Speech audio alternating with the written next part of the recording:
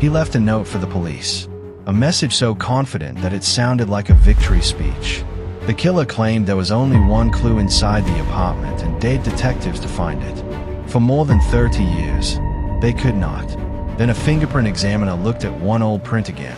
Within hours, the case had a name. But the fingerprint was only the beginning. Once detectives knew who they were looking for, they returned to the evidence and found something even more disturbing. The killer had not just left a clue. He had almost left his name. If you enjoy real investigations told with facts instead of fiction, you're in the right place. Subscribe and join me as we uncover more of the world's most fascinating true crime cases.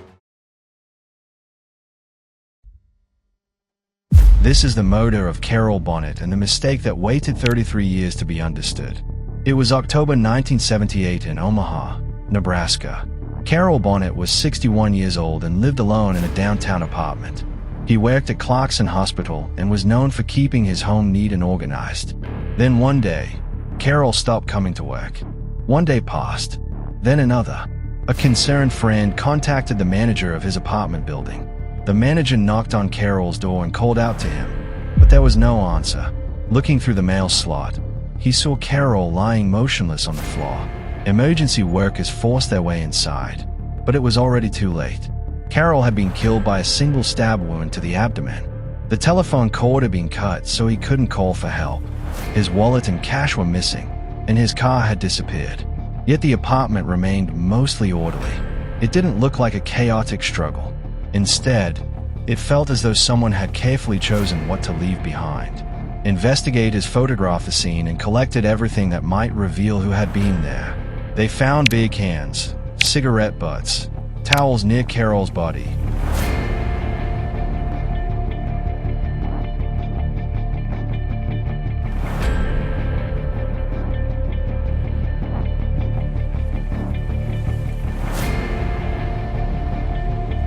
Fingerprints on the bathroom door, and a palm print on the medicine cabinet.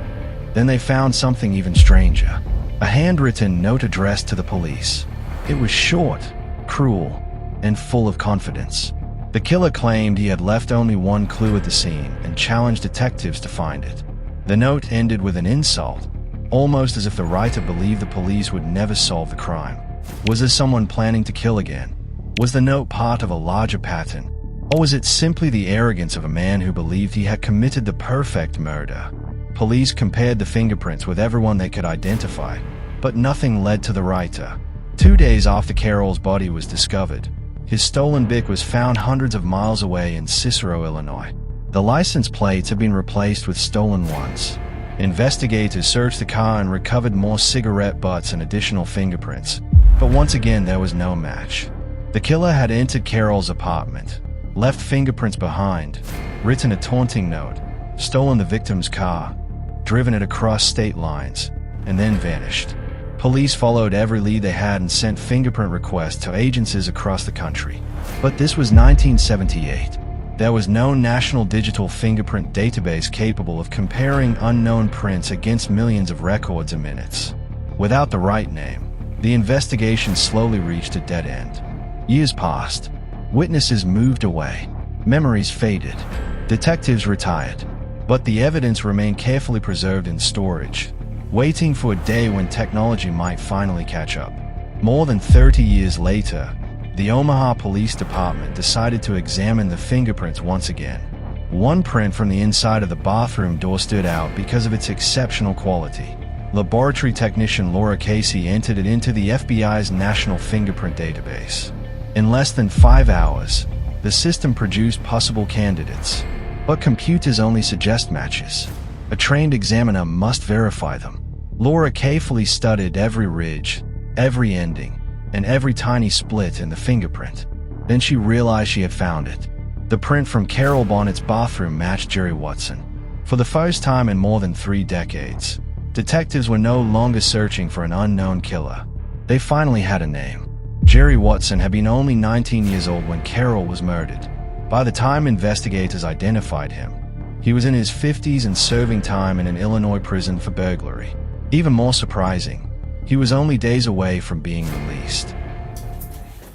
Jerry? Yes. Okay, Jerry Watson, I'm Doug Hurrout. How you doing? When Doug located him, he was in prison in Illinois for burglary. Think about kind of the areas that you might have gone after 77. You know, I came to Omaha. Detective Douglas Howitt immediately began rebuilding Watson's life in 1978. He discovered that Watson had visited a relative in Omaha around the time of the murder. He had also grown up in Cicero, Illinois, the very city where Carroll's stolen Bic had been abandoned. The fingerprint had finally opened the door. Now detectives returned to every piece of surviving evidence. Cigarette butts from the apartment were tested. A beer can was examined. Evidence recovered from Carroll's stolen car was analyzed as well. The results kept pointing to the same person.